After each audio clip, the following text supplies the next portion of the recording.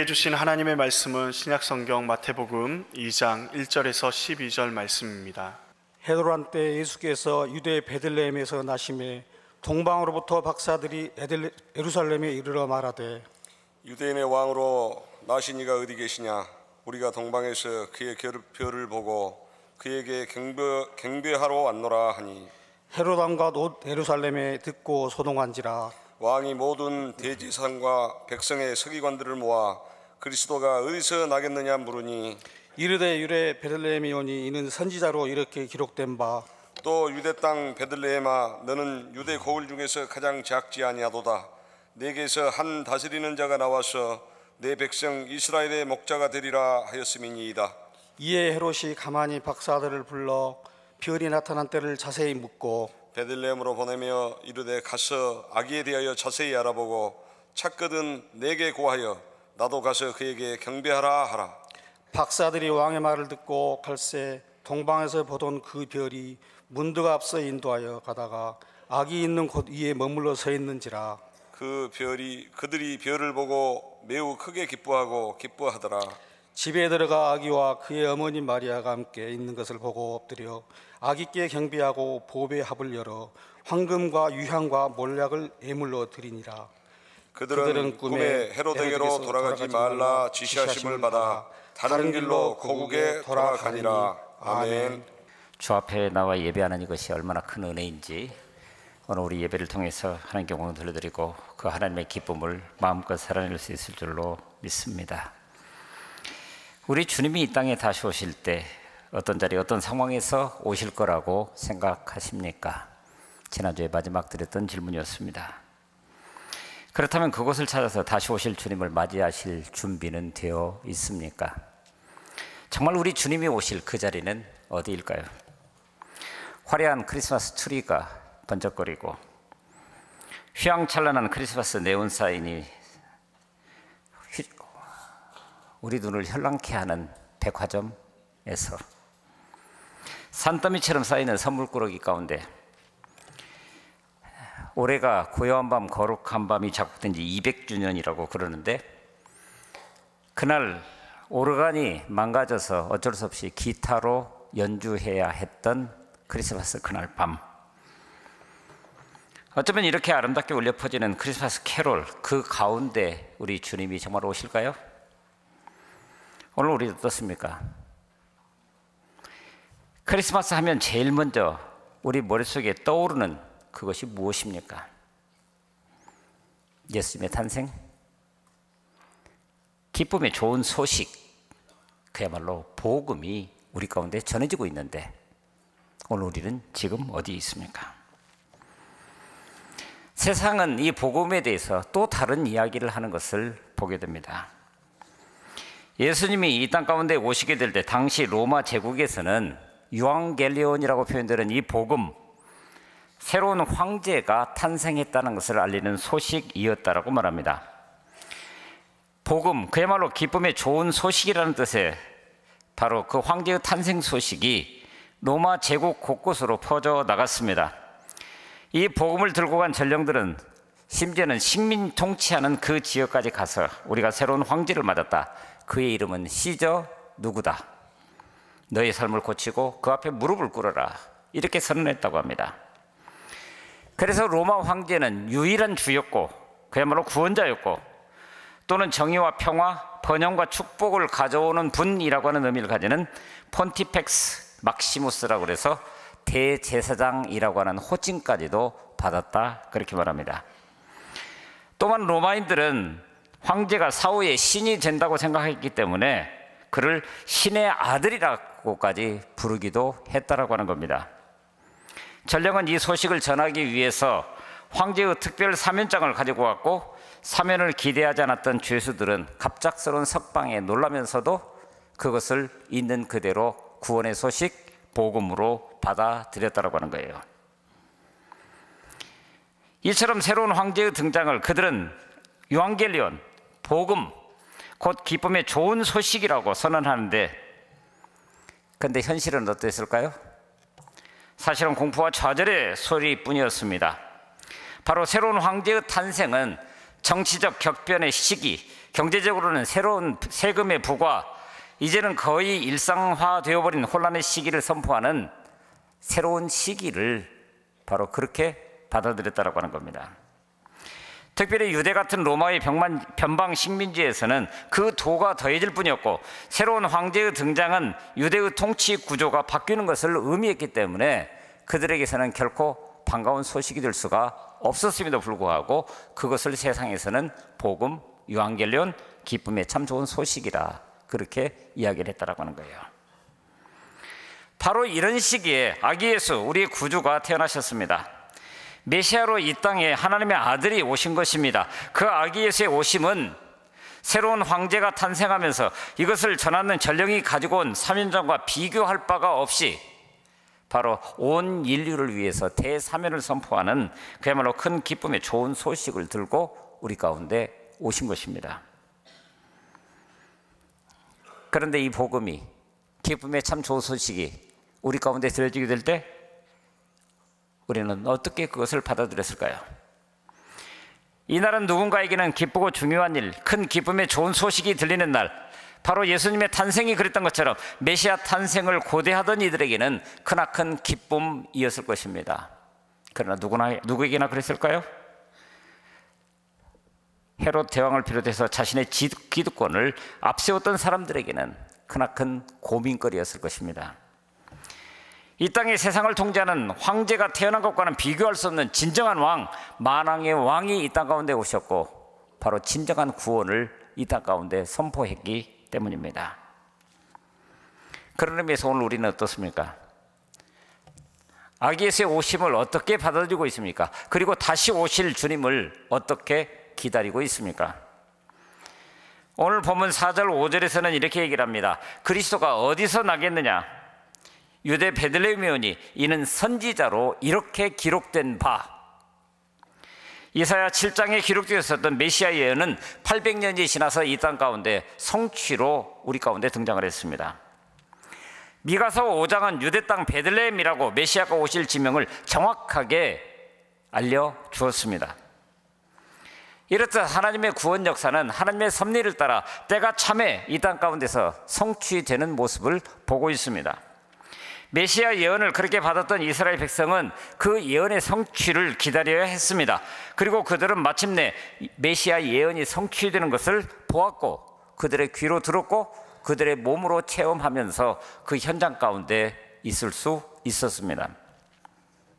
하지만 정작 그분이 오셨을 때 그들은 그 오신 메시아를 어떻게 맞이했습니까? 오늘 본문 2절은 이렇게 말합니다. 유대인은 왕으로 나시니가 어디 계시냐? 우리가 동방에서 그의 별을 보고 그에게 경배하러 왔노라. 동방 박사들의 출현과 함께 바로 이 소리는 금방 예루살렘 속에 퍼질 수밖에 없었고, 그래서 헤롯 대왕의 궁전으로부터 시작해서 예루살렘이 소동했다라고 성경은 기록하고 있습니다. 여러분, 영광의 왕이신 메시아, 하지만 아기 예수님으로 정말 초라한 모습으로 이 땅에 오신 그분, 그래서 대부분의 사람들은 그렇게 오신 메시아를 알아보지 못했습니다. 심지어 헤롯을 비롯한 유대인 지도자들은 하나님의 아들 메시아를 맞이하기는커녕 죽이려고까지 그랬습니다. 그렇죠? 여하튼 동방에서 온 박사들의 말은 큰 소동을 일으켰습니다. 누구보다도 당황한 것은 헤롯 대왕이었습니다. 그는 정통 유대인이 아니었고 왕으로서 정통성을 의심받는 처지였기 때문에 늘 전전긍긍하면서 내적인 두려움과 열등감을 안고 살아왔던 그런 사람이었습니다. 헤롯은 이 상황이 심상치 않다라고 하는 것을 금방 눈치챘을 것입니다. 이것을 정치적으로 보자면 정적의 탄생입니다. 아예 그 싹부터 잘라내야 하는 그런 상황이었다라고 판단한 것 같습니다. 그래서 그는 대제사장과 서기관들을 통해서 유대 땅 베들레헴에서 그야말로 그 작은 도시에서 그리스도가 태어날 것이라는 사실을 알아냈습니다. 헤롯은 동방에서 온 박사들에게 아기 예수님을 찾거든 자신도 경배할 수 있도록 알려달라고 바로 그 순간에 예수님을 죽이려고 하는 악한 계획을 꾸미고 있었던 것이었습니다. 그리고 우리는 예수님과 더불어서 그 주님의 가족이 애굽으로 피신한 후에 베들레헴에서 일어났던 일들을 잘 압니다. 헤롯은 베들레헴과 인근 마을에 있는 2살 아래의 사내 아이들을 다 죽였습니다. 그래서 수많은 화가들이 바로 그 장면을, 무고한 아기들의 학살을 자신들의 성탄 그림의 소재로 삼았습니다.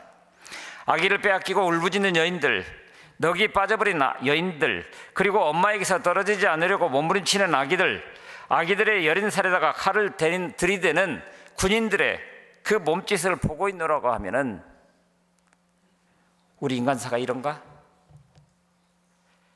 이게 인간의 역사인가? 그런 생각이 들면서 소스라치게 놀라게 됩니다.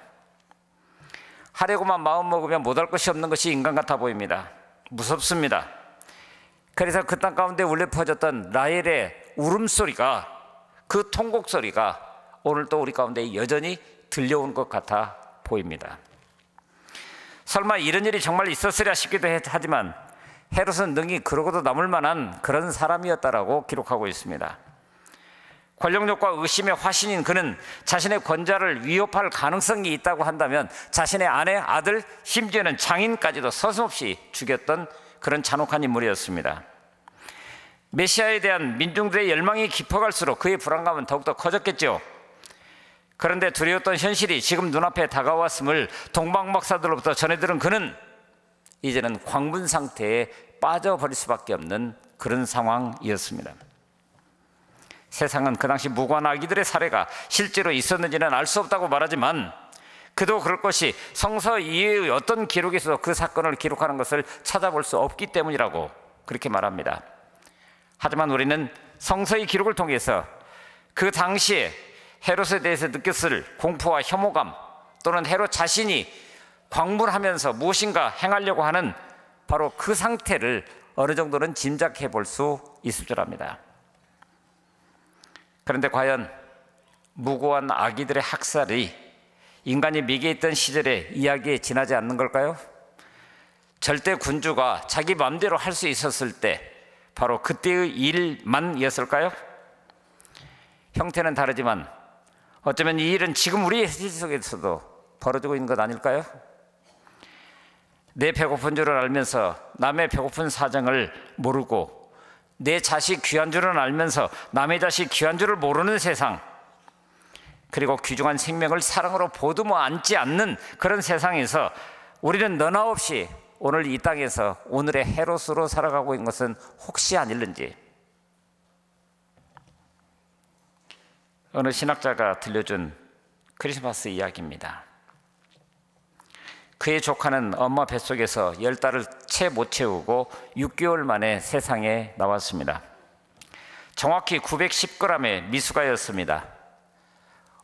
어른 엄지손가락 굵기의 다리를 팔랑거리면서 손바닥만한 크기로 세상에 나온 아기, 숨을 쉬고 있다는 자체가 기적이었던 이 어린 생명을 보면서 그 신학자는 이렇게 표현했습니다. 세상의 모든 아기는 거룩하다. 구제금융의 한파로 언니가 운영하던 어린이집도 문을 닫고 형부가 운영하던 회사마저 부도가 나 인생의 벼랑 끝에 몰린 상황에서 생긴 아기는 참 기쁨의 좋은 소식이 아니라 차라리 저주 같았다라고 했습니다. 낙태를 위해 병원 문 앞을 여러 차례 서성거렸지만 언니는 차마 들어선 그 생명을 지울 수 없었다고. 그런데 아이는 그렇게도 서둘러서 세상에 나왔던 겁니다. 아이는 미숙아들에게 올 수 있는 모든 합병증, 유리질막증이나 기관지 폐 이형성증, 폐혈증, 하여튼 모든 질병들을 다 겪어내면서 스스로 자기 생명을 연단해 가는 것처럼 그렇게 생명을 부지했습니다. 그래서 그 신학자는 이렇게 얘기를 했습니다. 우리 집안에 찾아온 복 하나를 대라면 나는 주저없이 엄지공주 소리를 끌어당깁니다. 소리는 산산조각날 위기에 처해 있었던 언니 가정에 치유를 주러 이 땅에 왔습니다. 세상을 원망하며 좌절과 한숨에 빠져있던 그 가정에 화해를 주려고 이 땅에 왔습니다. 그 연약한 생명을 돌보는 동안에 소리의 부모는 자신들이 치유되고 있음을 알았고 화해의 새벽에 밝아옴을 느꼈다고 했습니다. 물론 소리가 건강하게 태어났다고 한다면 더 좋았겠죠. 하지만 살다 보면 전혀 예기치 않는 현실에 맞닥뜨리는 것이 우리의 인생사입니다. 소리의 부모는 그 낯선 그리고 두려운 현실을 용감하게 대면했다고, 그리고 그 연약한 생명을 사랑으로 돌보고 보듬어 안았다고, 그들은 어느 결에 자기들을 사로잡고 있던 어두운 구름이 그리고 비해가 사라지는 것을 경험했다고. 하나님은 세상에서 가장 귀한 것을 연약한 이들 속에 숨겨 두셨다고. 그 연약함 앞에 겸손히 무릎 꿇는 이들만이 그 귀한 것을 만날 수 있다라고 이야기를 했습니다. 우리가 살아가는 이런 세상, 오늘 우리 힘으로 할 수 있는 것이 무엇이 있습니까? 아무것도 없어 보입니다. 그저 오늘 우리에게 주어진 그대로 한 걸음 한 걸음씩 조심스럽게 앞으로 나가는 방법밖에 없어 보입니다. 누군가가 앞서 걷기 시작하면 그 발자국을 따라오는 사람도 있게 마련 아니겠습니까? 마치 동방에서 온 박사들처럼요. 이들이 누구인지는 확실하지 않습니다. 많은 성경학자들이 바벨론을 집어삼킨 페르시아에 거주하고 있었던 바로 박사들이었다고. 이들은 바벨론에 이어서 바사에 페르시아에 거주할 수밖에 없었던 유대인들을 통해서 약속된 메시아에 대해서 듣고 특별해 보이는 별을 따라서 예루살렘으로 온 것 같다고 말합니다. 하지만 그들은 유대인 입장에서 보자면 이방인이고 율법에 무지한 사람들이었습니다. 세상에 구원자로 오신 이를 맨 먼저 알아본 이들이 이방인이었다는 사실은 유대인에게 굉장히 자존심 상하는 일일 수도 있었을 것입니다. 그런데 마태복음의 저자인 마태는 예수 탄생 이야기에 동방에서 온 박사들에 대한 이야기를 상세하게 기록하고 있습니다. 물론 그것은 주님이 통치하시는 새 시대가 열린다라고 하는 선언이기도 합니다. 이사야 60장에서 말씀하고 있는 것처럼 이방 나라들이 너의 빛을 보고 찾아오고 뭇 왕이 떠오르는 너의 광명을 보고 너에게로 나아올 것이라고 하는 그 예언이 성취되고 있는 장면이라고 이야기를 하고 있는 겁니다. 이들은 사람들에게 유대인 왕으로 태어난 아기께 경배하기 위해서 왔다고 말하면서 그가 어디에 계신지를 물었습니다. 그들은 율법도 메시아의 예언도 알지 못했던 그런 사람들이었는데, 그것도 기이하게 빛을 발하는 별의 인도를 받아서 여기까지 왔다고 그랬는데, 여러분 그 장면이 우리 머릿속에 들어오십니까? 그들이 페르시아에서 예루살렘을 거쳐서 베들레헴에 올 때까지 얼마 정도의 시간이 걸렸을까요? 그러면 그들이 처음으로 별을 보았었던 때가 언제였을까요? 세상 가운데서 그 누구라도 처음 보는 그 별이 등장했을 때 바로 그것은 예루살렘 그 현장에서도 볼 수 있었던 그 별이었을 겁니다.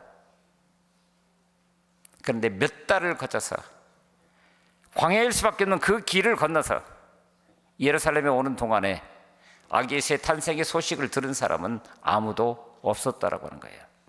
이 동방 박사들 외에는. 그러나 그들에게는 간절함이 있었습니다. 먼 거리를 마다하지 않고 아기 예수님을 찾아온 간절함이 있었기에 그들은 거기서 예수 그리스도 아기 예수의 오심을 있는 그대로 볼 수 있었고 그분 앞에 경배할 수 있었습니다. 눈이 많이 내리는 날이면 어떤 아버지는 새벽 3시도 되기 전에 일어나셔서 넉가래를 들고 눈밭 위에 길을 내셨다고 했습니다. 그 길은 3km쯤 떨어진 시골 교회당을 향했습니다. 당시는 교회에 다니지 않으셨지만 비가 오나 눈이 오나 이른 새벽에 교회를 향하시는 어머니를 위해서 그 길을 만드셨다고. 아무런 이유가 없었습니다. 단지 하나, 사랑하기 때문에. 그래서 거기에 간절함이 있었습니다. 불섭에 이슬 내린 길을 걸을 때 맨 앞에 서서 가는 사람을 가리켜서 이슬더리 혹은 이슬바지라고 한답니다.